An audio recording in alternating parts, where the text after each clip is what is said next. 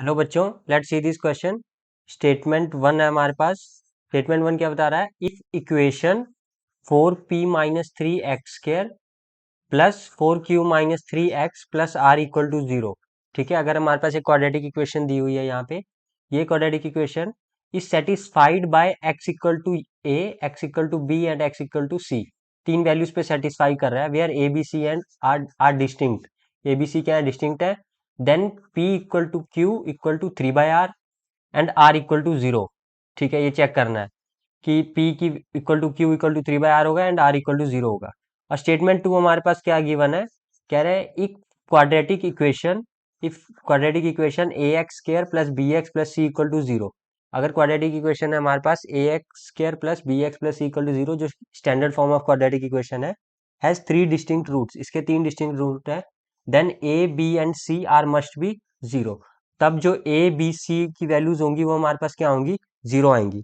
तो ये हमें चेक करनी है दोनों स्टेटमेंट में से कौन सी ट्रू है एंड कौन सी फॉल्स है। स्टार्ट करते हैं।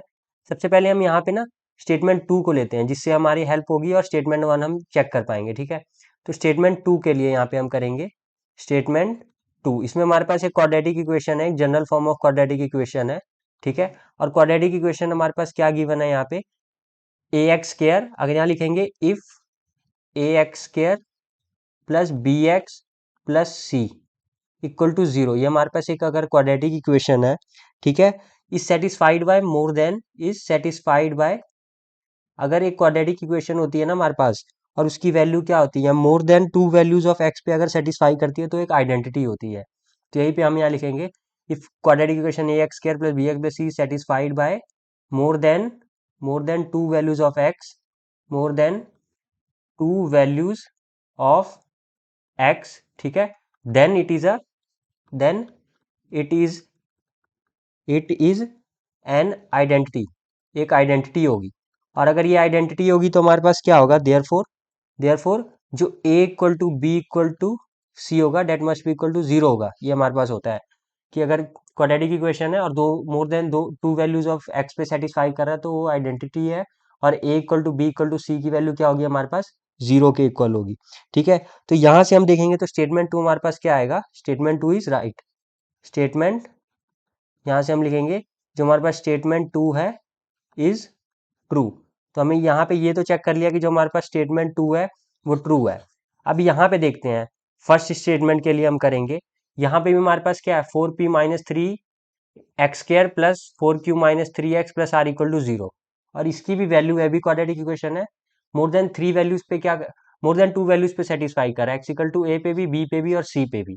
ठीक है, then p equal to q equal to 3/r and r equal to 0 पे चेक करना है। तो हम करते हैं स्टेटमेंट फर्स्ट के लिए। ठीक है, स्टेटमेंट फर्स्ट आ गया हमारे पास। यहाँ पे जो हमारे पास क्वाड्रेटिक इक्वेशन है वो क्या गिवन है? ये हमारे पास है 4p-3x²। ठीक है, 4p-3x² प्लस 4q-3x प्लस हमारे पास क्या है? r है। ठीक है, plus r equal to 0 given है यहाँ पे। ठीक है, और it satisfies at three values of x, at three values of x। ठीक है, जो कि कौन कौन सी है? x इक्वल टू a है, b है एंड c है। तीनों वैल्यूज पे यहाँ पे कर रहे हैं ना सेटिस्फाई, यहाँ पे हमें गिवन है। ठीक है, अब स्टेटमेंट टू जब हम सॉल्व कर रहे हैं तो हमें पता है कि एक आइडेंटिटी है। ओके, तो जो यहाँ पे होगा देखेंगे तो 4p, यहाँ पे हमारे पास इसकी वैल्यू क्या आ रही है? a है, b है और c है। ठीक है, तो स्टैंडर्ड फॉर्म से अगर हम चेक करेंगे तो यहाँ पे 4p-3 that should be equal to 4q-3। ठीक है, that will be equal to r, that is equal to 0। ठीक है, तो मेन चीज यहाँ पे क्या था कि जो a equal to b equal to c, और ये तीनों की वैल्यूज क्या होनी चाहिए? 0 होनी चाहिए, है कि नहीं? यहाँ पे 4p-3, 4q-3 and that is equal to r equal to 0।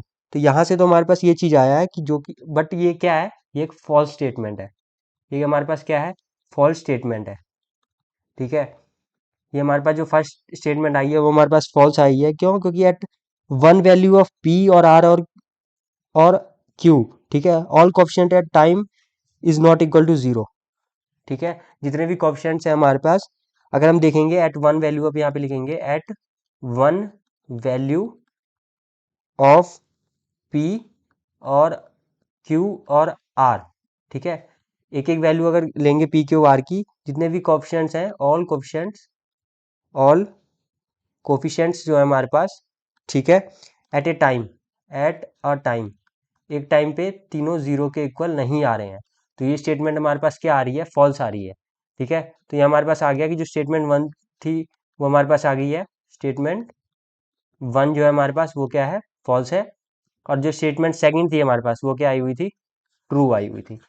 I hope you have understood the question. Best of luck.